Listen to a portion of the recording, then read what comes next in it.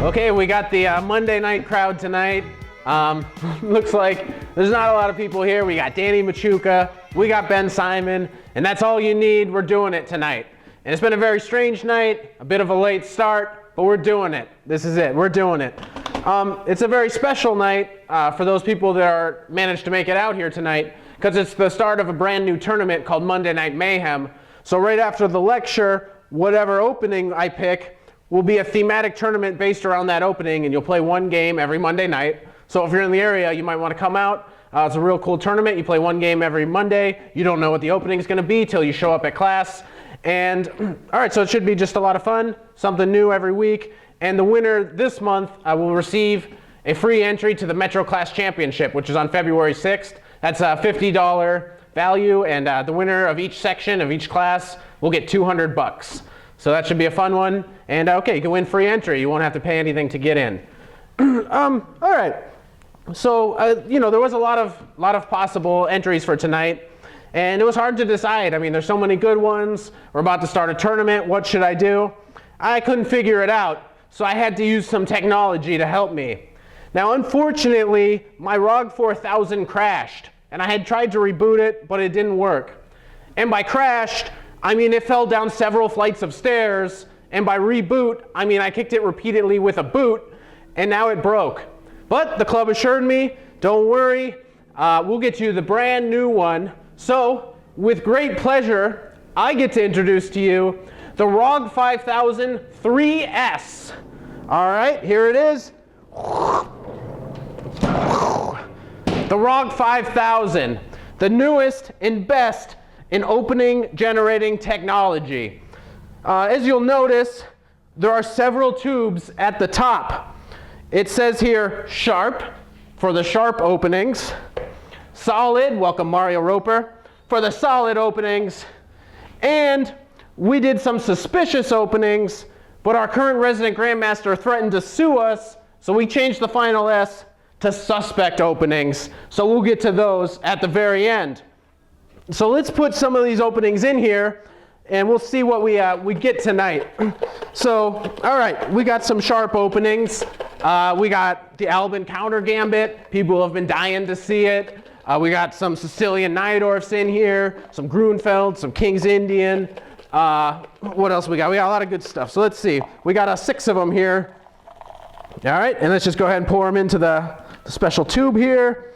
Excellent. Down they go. Excellent, they're in there, they're in the system. And obviously, there's some very complex tubes and an integrated system within the box. So if you thought the outside was impressive, you should see what's on the inside. So now we move on to the solid openings. In here we got the Rui Lopez, we got the Queen's Gambit Accepted, and a very controversial one for us here at the club, the Scandinavian. Some people have said, like somebody in our audience tonight, the Scandinavian is a suspicious opening, but I've decided to classify it as a solid opening. Yes, you move your queen a little bit, you're shaking your head, but you get a very solid position. You know, you get pawns on e6 and c6, solid as a rock. All right, and now we move on to our suspect openings. These openings are truly atrocious. I mean, they're just really bad. So, without further ado, let's put these guys in here. In here we got the Grob. All right, we got, just for Danny Machuca, we got the Wandering King. And what else we got in there? Well, another one that's just bad. All right. So now let's give this a good shake here. All right, and this is it. We're only doing it once. We're not goofing around. If I could find one. All right, excellent. Got one. Perfect. Whatever we got here, this is what we're doing tonight. Let's just take a quick look. All right, what do we got? What do we got? Excellent. We picked a nice sharp one tonight. So that's pretty exciting. Tonight we got the KID, the King's Indian Defense. So excellent, wonderful. Let's do it. All right, and we'll enter serious mode now. Yeah, I was kind of apathetic towards this one. I know a little bit, so it should be fine. It should be a fun one tonight. The King's Indian defense, we'll just get right to it. We'll check out the board now. Okay, so yeah, white sees some space on the queen side. And, in most openings, white is trying to play the moves e4 and d4. Here, white intends, just to get his knight out and to play e4. And unlike many openings in the King's Indian defense, black doesn't prevent him. He lets white get the center, and then they counter-strike later on. So we'll put the main move on here, knight c3. White simply intends to play e4, get a big center. And in the King's Indian defense, black just allows him to do it. But tonight we'll look at the King's Indian, and white gets to play a really big center, so he's pretty happy. And now the main move is d6 to prevent white from ever kicking the knight away with e5. Bobby Fischer used to castle here on occasion, which is an interesting variation. And normally white doesn't advance. He'll just play some normal move like develop his knight.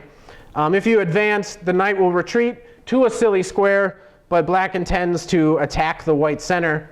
So that's an interesting option if you want to check it out. It is possible to castle here. But all right, d6, that's the main move. And that's what we're going to look at tonight. Now lots of people were requesting the same-ish variation. But tonight we're going to focus on the main line, because I think that's what most people are here to see. And it's only fair that for the tournament tonight, we play some normal book position. All right, from here, okay, let's castle. And now white will normally develop his bishop. And he should follow my rule here. H3 is also a possible move here. But should he go to E2 or D3?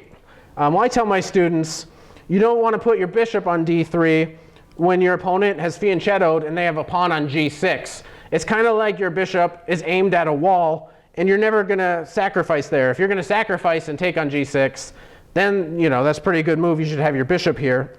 But in general, when they have this formation, the bishop belongs on E2, where, yes, there's a knight in the way, but it will prevent black from ever bringing his knight out somewhere in the future. So, occasionally he's going to try to remaneuver his knight, and, okay, you'll be ready to stop him. All right, so the main move here, bishop E2. Main move is E5. So that's what we're going to check out. And the most common move is to castle. So that's what we're going to look at tonight. If you've never seen this position before, you might be thinking, as white, you can just go ahead and grab a pawn here. A Jacob Wilkins specialty, the exchange variation. So black will take back. Now the D file is open. So when the D file is open, you have to choose if you want to trade queens or not. And let's suppose white wants to trade. And he decides, I'm going to grab this pawn. What does black play here?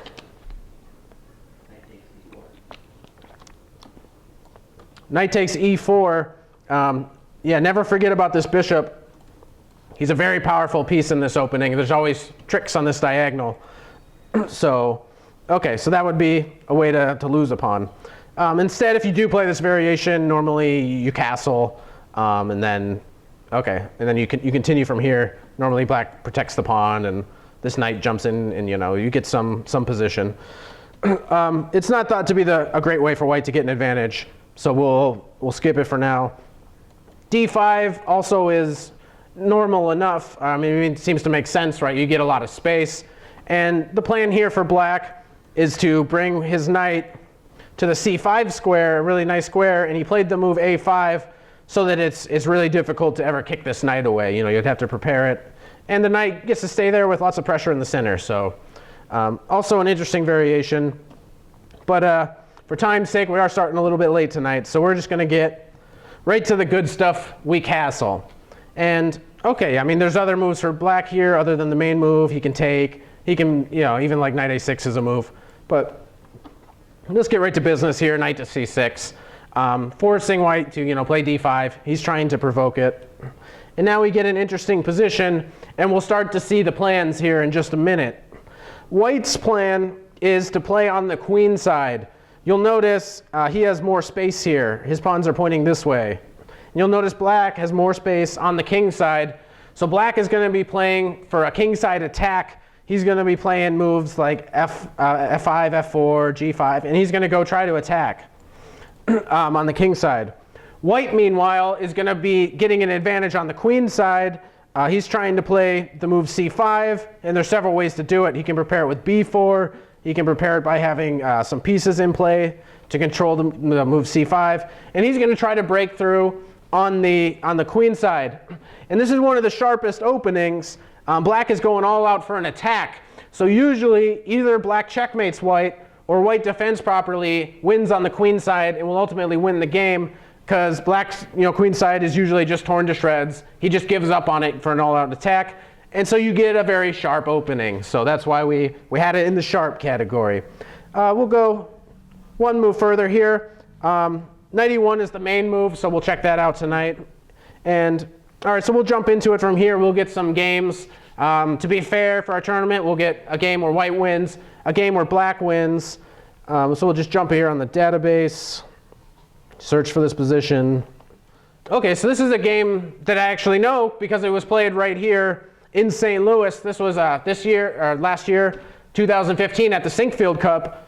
So I actually do know a little bit about this game, so that's kind of exciting. Man, this was a fantastic game, so we're going to look at it. This was the game between Wesley So with white versus Hikaru Nakamura as black. And I taught this to one student. That was back in like August, September, so hopefully I still know a little bit. But this is a fantastic game, so this is, all right, I'm glad this was like the top one. This is a great game.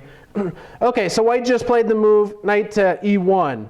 All right, and now what black wants to do is he wants to begin to attack on the king side. So he's got to get this knight out of the way. One of the benefits from knight to E1 is, right, as we've said before, now we've prevented moves like knight to H5 because we could just take it. So he's going to have to go back either to D7 or E8. In the game, D7 was chosen. It's nice to have a knight that controls the C5 break, at least for the moment. It's not so bad that we block in this bishop. Normally this is one of black's last pieces that he's going to develop. And often the key sacrifice is going to be taking on H3. When your opponent plays bishop takes H3, that usually means you're lost. They're sacrificing, and they open up your king side and they win. So it's a very common sacrifice that both players should know about. He's trying to sacrifice his bishop if white ever ends up putting a pawn on H3. Okay, so what's white doing? All right, he's maneuvering his knight to D3. Okay, but in this game he chose the F3 line, which is also interesting. The point is, now he's going to put his bishop, and he can put it all the way back on F2 when black, he anticipates that black's going to play F5, and the bishop's going to go back to F2, and he'll be nice and safe, and having more pieces around his king is going to be nice because black is going for a big attack here, so white will have some pieces with which to defend. And okay, if the bishop does end up on F2, it does put him on a really nice diagonal here where it can work as a defender, and it can go to work on the queen side. Okay, F5, as expected. So this is white's last chance to play bishop E3 before black plays F4. All right, and F4, and the bishop drops back. Excellent. So far I remember this game. All right, and yeah, black he's coming. He's going to keep moving these pawns up. Maybe the knight's going to go to G6. And for white, yeah, we're gonna bring our knight to D3, and we're gonna play for C5. So these moves happened, and I did show this to a student, and he was getting kind of worried. Why would white play like this? Black's attack is coming so fast, and yeah, it does kind of look like that. So how is white gonna generate enough pressure on the queen side? And okay, let's think about this knight for a second. Well, yeah, we're ready to play a move like C5 now. And sometimes this knight will even jump back to F2, where it guards the critical G4 square, because that's one of the key breaks that black is playing for now. So let's see what happened here. All right, knight to G6. Getting more attackers over there. He's going to eventually play for these breaks. He might end up putting more of his knights back here. So what is white going to do? He's ready to play C5. So C5 was played immediately. All right. So what is black gonna do here? Perhaps he'll get this knight out of the way. All right. And there's a couple plans for white. Normally, he's going to try to create a weakness on the queen side. He's going to, at some point, take on d6 to get this pawn isolated here. And then he'll be able to attack d6 with moves like knight to b5. He can bring his rooks over. He's going to try to get into the key c7 square. So we're going to see that. So he puts his rook here immediately. And now white is ready. Let's just make a bad move for black here just for a second. White is now ready to take and play the move knight to c5, which is threatening to come into c7, which is usually trouble for black. And even if that knight does get expelled, often the knight will come to e6, even allowing this trade, which is perfectly normal because that's one of the key attackers for black, that light squared bishop. So a knight on e6 is fine, even if your pawn is weak. This is a king's Indian, so people are going to sacrifice lots of material. Also, there's a threat here on a7. So notice our bishop is doing a nice job. So he would have to worry about that. And often allowing that pawn to be taken is a part of black's strategy. You can say, white, go ahead, spend the time, take my pawn on a7. And meanwhile, I'm going to get my attack rolling over here. So that's very interesting. So let's see. So king h8 doesn't make a lot of sense. But rook f7 does, preemptively, preventing stuff from happening on the c7 square. And if necessary, black often drops his knight back to e8, just really keeping control over the c7 square. That's white's big entry point. And so black is trying to already stop him. He understands what white's trying to do. And all right, so an interesting move, king h1. And if I remember right, Wesley played a lot of moves really quickly. Like this was all his prep, but he didn't end up getting a good position in this game. So, all right. But okay, he makes room. The bishop might drop back to g1. All right. So what is black going to do here? All right, h5. The attack continues. And yes, my student was really worried here. It's like, wow, black is attacking really fast. Here comes g4, g3. Here comes h4, h3. Some sort of break here that will rip open the position. So white decides, all right, now I get some counterplay here. And an interesting move, knight to b5. Often, white will play the move a4 to prevent what happened in the game. So a possible way that white could have improved maybe was to play a4 with a different idea. The point is, once your knight ends up on b5, black won't be able to expel it with a6 and a quick b5, which we'll see in the game, so we'll see what I'm talking about. He went for knight b5 immediately. So black has c7 under control, but is white thinking about taking a pawn? It could be, that could be one of his plans here. So black has to decide, do I let my a pawn fall? Do I just, go in for the attack? Well, Hikaru here chose to kick out the knight. And okay, so the knight has to go back, but Wesley's happy. He did what he was trying to do. He weakened some dark squares around here. So he's hoping to reorganize his knight so he can get into these squares. And if I remember right, he went to a3. So we'll look at that in a second. Knight to c3 is not such a silly retreat. We did get some weaknesses to work with here. So if we let's waste a move for black, not a good move at all. But a move like knight a4, and we got two pieces coming in here to b6. And so that was what we was hoping for. He's trying to create some weaknesses here. So this was possible. In the game, he chose knight to a3 with a similar idea, because now he can play knight to c4 and get one of these pieces in to some of these dark squares. So should Hikaru play the move b5 and stop that idea? Well, he chose that. Now, if white already had a pawn on a4, black wouldn't be able to choose this option.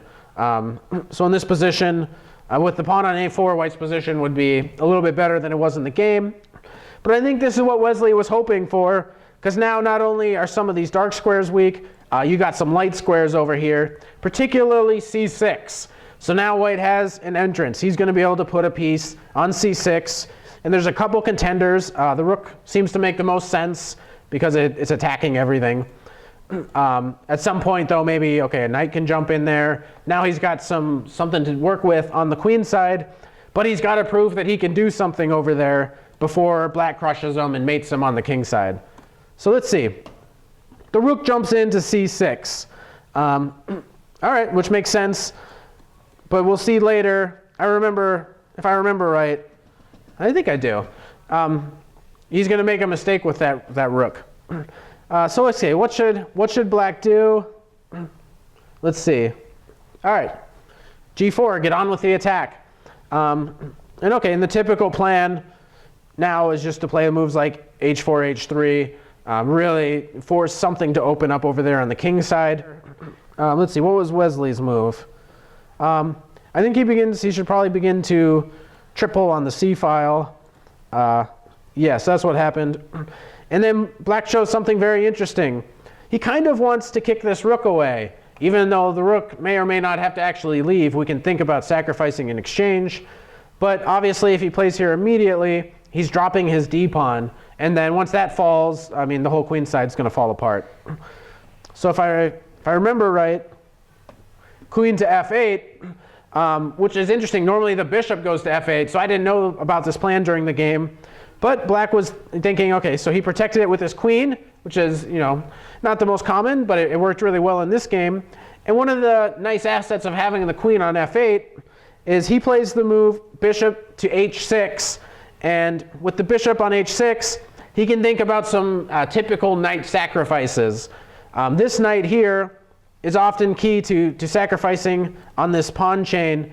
And you can imagine, okay, sacrificing for this pawn makes sense if white has to take back and you get to move here and the bishop gets out and he gets loose. So sometimes that can be a crusher if the bishop gets to a really great angle. And sometimes he can sacrifice on e4 knowing that, okay, he gets the move f3 in really quickly. And one of those sacrifices happened in the game. So when we get to it, we'll see it. Okay, so white triples. And all right, now he gets to kick the rook away. And so this is kind of where my knowledge of this game runs out. I know that white made a mistake here. He does not have to move his rook. And all of the commentators, both the live commentators down in the studio and the guys that were here in the room live, were criticizing Wesley's next move. He moved his rook out of danger. Now, it's very common to sacrifice the exchange in these positions. And one of the players, I wish I could remember who it was, said, in this position, if it was white's turn to move, they would consider the move rook to c6. c6 is really where the rook belongs. But he saved material. And Hikaru was critical of this move too in the post-mortem. And he said some funny things that Wesley wasn't, he doesn't really understand the King's Indian. He uses computers, and computers are infamous for not understanding these positions. Because of the horizon effect, they don't see how black's attack is going to crash through and how he's going to sacrifice stuff, and in the long run, it's going to work out for black. So not the best move by any means. So he saves his material, and now, all right, bishop to h6. Is he thinking about some sacrifices? Okay, so let's see. I don't really remember what happened here. So let's find out together. What should white do? Some would say rook to c6, but he didn't play that. Bishop to e1. Okay, his bishop is out of the way, so if black continues with g3, he doesn't have to worry about the tempo on his bishop. He can consider meeting g3 with h3, and then you have to worry for this big sacrifice. But that's okay. It's nice to have the bishop out of the way. Occasionally, this bishop will come over here with some pressure. So h4, threatening to play h3. And this is a very typical pawn sacrifice in the King's Indian that we should know about. He is, of course, offering this pawn, and perhaps it is a bit unwise to take it, but I don't know what else you can play as white. So, okay, I mean, you can play bishop to b4. He took it, yes, and okay, and now things are about to get really crazy and complicated. I'll go to the audience for a minute. What do you think black should play in this position? So already there's a lot of stuff hanging in the air. Hikaru played a fantastic game. I mean, this was one of the best games of the year. It's definitely the best game of the Sinquefield Cup, in my opinion. He played f3. So, wow, he's okay. So the queen is now nice. He's opening up this f-file as much as he can. He's getting lots of pressure. He's not super interested in winning the exchange here. That bishop is just too nice. It's going to be a great attacker. So now Wesley's going to take back. And now what should black play? Things are about to get really crazy. Go crazy. It's okay, you can be wrong. Because they're not your pieces. These are Hikaru's pieces.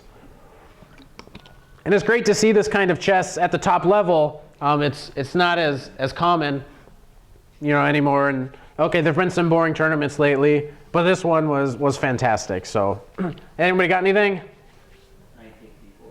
Knight takes e4 was played. Fantastic, yeah. And I do not believe he took the knight. Okay, so he played rook to d1. If you take the knight, okay, so you got to play rook to f1.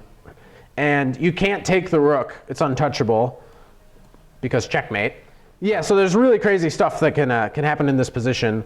So, all right, I set myself up for a hard lecture because this game gets even crazier. Every move was fantastic. So, all right. So you might want to pause. What should black do here? Whatever's the craziest.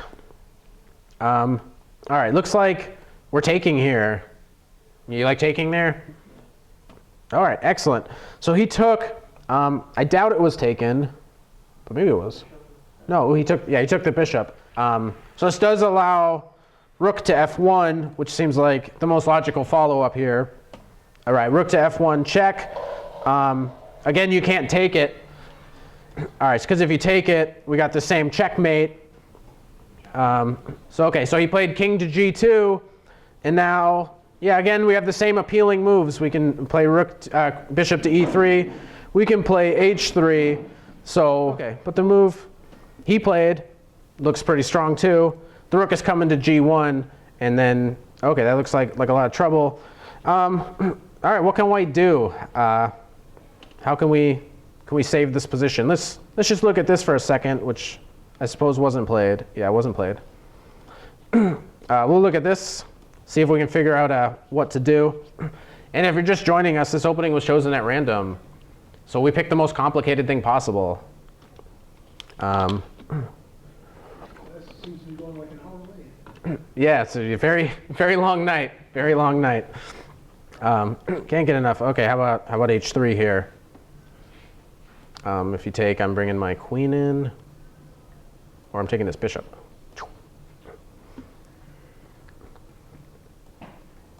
Something like this. Okay, maybe I got this move. Yeah, mate's good. Mate's good. Yeah, bishop f4. Pawn takes mate. Yeah, something like that. So there's, truly fantastic stuff going on here. So he decided he can't allow it. And so he tried to sacrifice his bishop. Somehow he's just got to get these rooks traded, even if he loses a little bit of material. So he takes the bishop, and now he gets one of the rooks off. Okay, so, all right, let's see. We got lots of attacking moves here.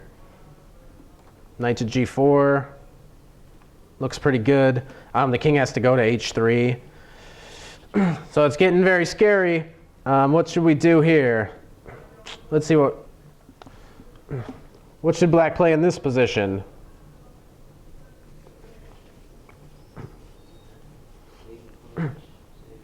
Yeah, I like queen h6. And so did he. We're threatening some discovered checks. It's not super easy to get out of them. Okay, white chose to give away his pawn. Sometimes his king is going to march up the board. Not the safest, but you got to do what you got to do. You're getting checkmated. So he can take the g-pawn with the knight, and he did. And yeah, when your king's marching up the board like that and you're playing Nakamura, you're not going to win. But where's the knockout here? Let's see, what's the move? Okay, so he threatens queen to h3. So we don't have time to take this knight because we're getting checkmated. Okay, queen to h3 is pretty strong. How will he defend? All right, knight to f2. Okay, that defends the square for now. Knight's not very safe on f2. What should black play here? I think at some point he brings this rook in, but not here. Check, come up the board. Now the rook gets to come in with tempo. So he checks him, and yeah, this is not the safest king. And I do remember this move, because this move was nice. Black does have a forced win from this position, so who can figure it out? And I think there's several mates here, but he picked the coolest because he's a chess artist. Do you? You raised your hand. Rook f6. Rook f6, and if I remember right, that's what he played. And okay, now he has some queen checks that look pretty scary, but where is the mate? Who can find it? Somebody can find it. But can the guy in the back find it? What about the guys in the front? c8's mate. Oh, it's black's move. Black's move, yep. Yeah, let's not forget that white has a threat. So everything's got to be check. Knight to e4, double check. And all right, the king only has one square. And where is the checkmate? We got one more move. And Wesley allowed himself to be checkmated over the board. So you don't get to see checkmates very often, and you don't get to see a king on g6 very often. So where is the checkmate in one move? Everyone can find it, even the people in front. Yeah. Queen g5. Checkmate. Okay, fantastic. Yeah, truly wonderful game. And it's awesome to see such fighting chess. And it's awesome to be here, seeing this live and in person. And Hikaru's one of those rare people that does like to play some really fighting aggressive stuff from time to time. And it seems like whenever he plays Wesley So, they get really exciting games. Their game at the Millionaire Chess Open was also pretty exciting from 2015. You might want to check that out. But yeah, when they play, it's fantastic. Love watching them together. So we'll go back and, to be fair, we'll pick a game where white wins. We'll go back to our position after knight to e1, and we'll find a game for white. The highest rated game, looks like we got Levon Aronian versus Hikaru Nakamura. And it looks like Aronian was able to do what Wesley couldn't, so Naka's going to lose this game. This was played in the World Team Championship, I'm assuming, from 2010. Yeah, it looks like World Team. Interesting abbreviation. Okay, so we'll see what, it's black's turn, so we can expect the same move, knight to d7. And what will Aronian play? Will he do the same thing with f3 and maneuvering his bishop to f2? Or will he go straight for knight to d3? Now after black plays f5, you're not in time to play these moves because black will immediately close the position. So it looks like he's going to do something a little bit different. Let's see. So f5 was played. And now bishop to d2. And if I'm remembering right, this is also how the game between Elliot Liu and Nick Carlo went. And in that game, when the pawn made its way to c5, he jumped in with his bishop and he jumped in with his knight. He didn't take on d6 right away. He just created lots of pressure on c7. So will they be following that game? Let's see. Black gets his knight back into the game. c5 immediately. Rook to c1. Or f3. Okay, he supports his center. And now, okay, black has the same plans. He's playing over on the king side. And let's see, c5. So c5 was played. Will he do it? Will he do the Elliot Liu plan and gang up on the c7 pawn? So g5. And he takes right away. And all right, we saw what Wesley did. He jumped right into c5 with his knight. He might prepare it so that he's threatening to enter on the c7 square that we talked about.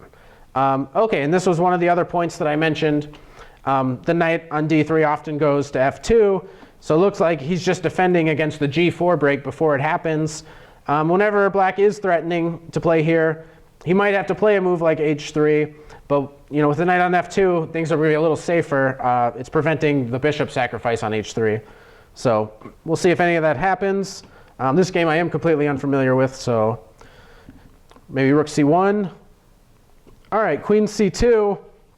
And I suppose one advantage of putting the queen on the c file rather than the rook is now this other rook can come over here. And if necessary, if you're getting attacked on the king side, perhaps the king can make a run in the other direction. So interesting. And yeah, also in this position, we are getting ready to jump in with our knight. So as usual, black just defends in anticipation of such a move. So will we see rook f to c1? Yes. All right, so again, right, so now we're ready and we got 3 pieces that are going to be on this square. So black could defend the square again, which is what often happens to that knight. And that's what we see, so excellent. All right, so if you jump in to b5 right away, probably you're not going to go in here. And after like a6, your knight's going back, and then black's attacking you on the king side. So I assume white made some very useful move on the queen side that I don't see. What could it be? All right, I was right. a4. Yeah, so we talked about this too in the other game. Now if the knight ever makes it to b5 and they play a6, we can retreat here and come here without having to worry about b5 shutting out our knight. So yeah, we talked about this last game, and now we see white trying it in this one. So we'll get to take a look at it. Yeah, here he comes. Whenever he's ready to play g4, looks like it's not quite ready yet. White has too many defenders. So maybe black's going to have to at some point put this rook here to get ready to play the move like g4. All right, should he jump in with his knight? All right, so he went back. Yeah, the other option was to go to b5 and then maybe start getting some pressure here on d6.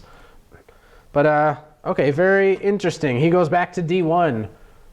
And I guess he's saying black has no attack, and he's just going to do things slowly on the queen side. Perhaps he can bring his other rook over here and go really slow. All right, we're going to see. This is going to be very interesting.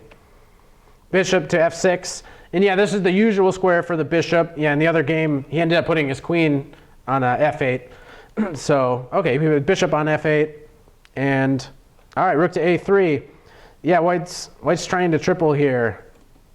So, all right. So was white getting ready to like put his bishop in here? a6. So he could play rook to c3 or queen to c3, preparing to enter in some of these dark squares here on the queen side. And it's really to white's advantage to trade the queens. Because he's the one that's getting checkmated, but winning positionally. He wants to trade as many pieces as possible. So black should do his best to keep all the pieces on the board, and white's going to be the one trying to trade, because in the long run, his advantage on the queen side should be able to win the day. All right, bishop to d7. So queen a5. All right, so should black trade? Should he move his queen? Should he play the weakening b6? All right, b6. So white has provoked a weakness, and we'll notice the same square as before. So we saw Wesley put a rook on c6, so that might be coming pretty soon. One of these rooks might go there, prepared to sacrifice in exchange. Let's put the queen back. Let's go maybe to b4. So the queen is still eyeballing some of these squares, making sure some of the black pieces are tied down. And black really doesn't have an attack yet, so... okay, yeah, the rook does come here. He's really trying to play the move g4. But white gets a turn. All right, he could, at some point he could bring a rook in here. He could bring his other rook over first. He could play h3 if he thinks g4 is a threat. All right, so he brings a rook in. And yeah, so I'm thinking the rook is coming to c6 with the similar pressure that we saw in the other game. All right. Is g4 a threat? It looks like it. It looks like black might have just enough. So h3 was played to prevent the move g4. Okay. Can black continue his attack? Can he somehow get something going here? Will he be able to get more pieces and play g4 and crush white? Okay. Rook c6 or bishop e1. Okay, yeah, so both players are going slow. This is a much slower maneuvering game. The other game, action happened pretty quick. White made no progress on the queen side, and black just attacked, and he won brilliantly. All right, so we'll see. Queen to b8. All right, and black's queen is stuck here. Queen to b8. Oops. The queen is kind of stuck defending the b pawn, so maybe rook to c6. Interesting. So yeah, he gets his king out of the way because if ever g4 happens, now his king is a little bit safer on the f file. So very slow maneuvering. Nothing is, truly exciting has happened yet, but it must be a coming. Okay, so he got the queen out of the way so that the bishop could come back. Now the bishop defends the pawn. Okay. And all right, so white attacks the weakness. He attacks b6. All right, fantastic. He can continue attacking it with a move like rook c6 in the future. And black's really not playing g4 here, so white has a lot of time. And all right, we're moving all the bishops around. This guy has been on quite the trip so far. Let's see, so he went here and then he went back. Will he complete it? Will he go all the way? We will see. All right, queen a3. Now the queen goes back. And yeah, it's gonna be funny when the bishop moves. All right, we got our rooks back. Yeah, and the bishop goes back. And I did this maneuver once in a game, and it was brilliant when I did it, but it was a much different position.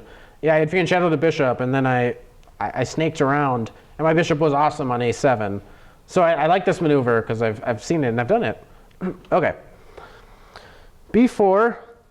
Okay, it looks like whenever he puts his rook here on c6, if black ends up taking it and he has a pawn here, he might want to solidify his passed pawn with a move like b5.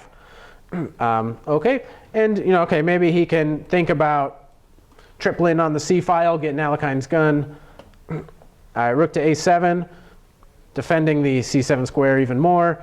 And on a good day, maybe he'll get these rooks doubled over here and he'll get to play g4 after all. Rook c6, we finally have it. And I doubt black took it, even though, yeah, Wesley was scared that Nakamura might take the exchange, but yeah, it wasn't played. So probably you take here, we can take back a couple ways, but I like taking with a pawn, and black always has to worry about us running really quick if he, and at some point we might solidify it with the move b5. So black plays b5 himself, now white won't play that move. All right, and what can white do? Well, he should probably trade on b5, create a weakness. There's a bishop here. So he trades. Now we do have something. It looks like white is doing really well on the queen side. His queen is attacked at the moment. So he can move his queen to b3. He can play rook a6. He played rook a6. And so this will be interesting. Will black trade? We know black wants to keep as many pieces on the board as possible. So will he avoid the trade? Will he play rook to b7? He does. Okay. Let's see. Now we got another rook that can come here. We got a knight that can jump into c3. We got a lot of pressure here. What will happen? Let's see. Aha. Right, he's insisting on sacrificing an exchange, and I assume black again didn't take it. But again, black is not getting his attack going, and if white just gets to take these pawns, he's going to be pretty happy here. He did take. Okay, so we should take back. What would you guys take back with, a rook or a pawn? Because you know how I'd take back. But how would you take back? You. The rook. The rook? Terrible, right? Awful. Yeah, I like taking with a pawn. That's a pretty nice pawn you got here. And it does give me some squares like d5. Maybe my knight will jump in here. That's a pretty good square for my knight. So, yeah, I only considered taking with a pawn. How could you? All right, and so black is willing to make a trade after all. I kind of like playing knight to c3, which was played, and then I can take back with a knight if I wish. Interesting. Very interesting. d5. So does he have any tricks in mind? Okay, so a nice little trick. So obviously we can take the knight. Notice that this is the point, so he's not just hanging a knight. All right, it looks like we got this nice e4 square for a knight. Okay, so I think g4 was an interesting try. He instead brought his rook over to c7. He is attacking this pawn a little bit. He's, the c pawn is pretty strong. How can white maintain it? Yeah, let's see. What did he do? Interesting. So he took the g pawn. Kind of risky. Now the g file is open. So it'd be funny if the rook came back and checkmated white. But all right. But he's a grandmaster, so he takes pawns. All right, knight to g7. All right, black is going to go get this pawn here. Rook b6. Wow, fantastic stuff. All right, what's going on? Did he blunder his queen?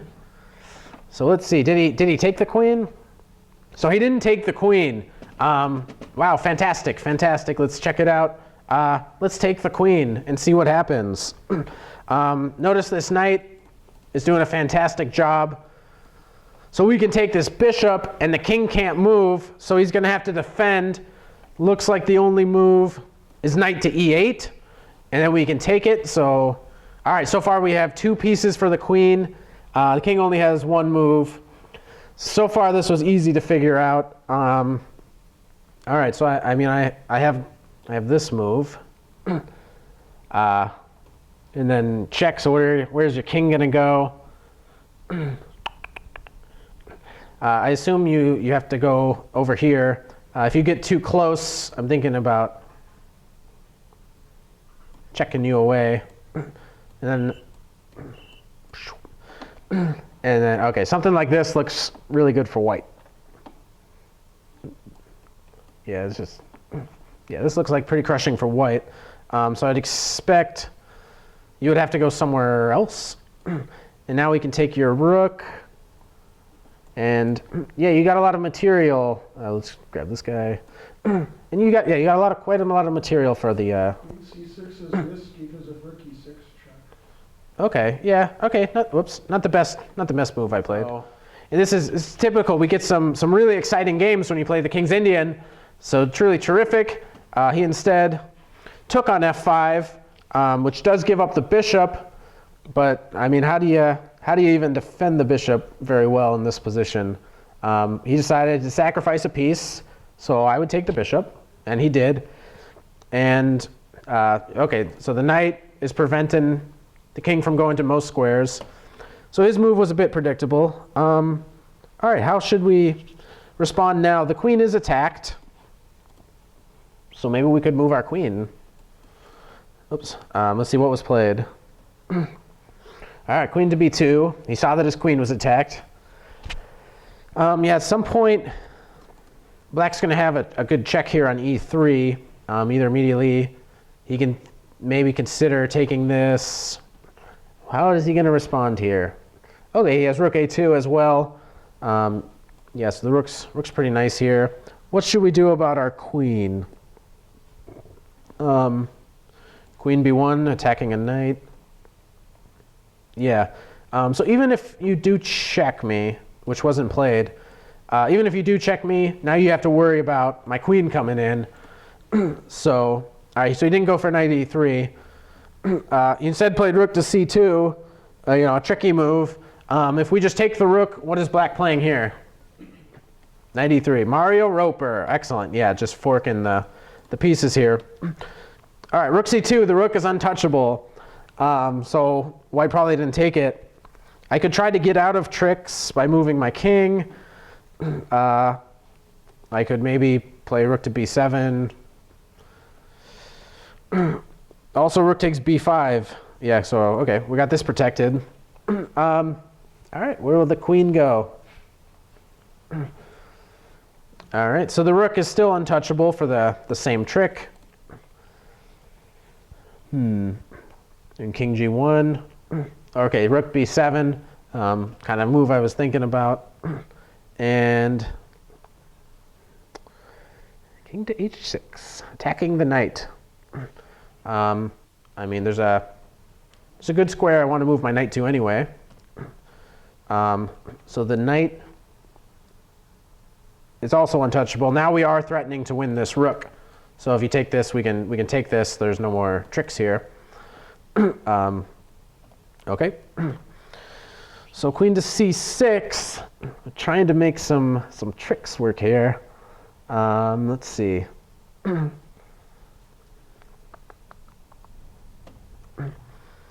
All right, knight to f7. My feeling is we're going to have to take this knight. And he took it. Yeah, instinctually it feels like you just have to take that knight. White wins a little bit of material. All right, let's see. And so there's like bishops hanging and knights hanging. The knight has a really good square on e3. How should we proceed as white? Things are pretty good for us. At some point we can push. We can, well, let's not move that bishop because we don't want to ruin this. Rook to a7 with a threat. Yeah, because so we're threatening rook to a6, which is pretty annoying. And at some point, I'm going to get my queen into the attack as well. All right, let's see.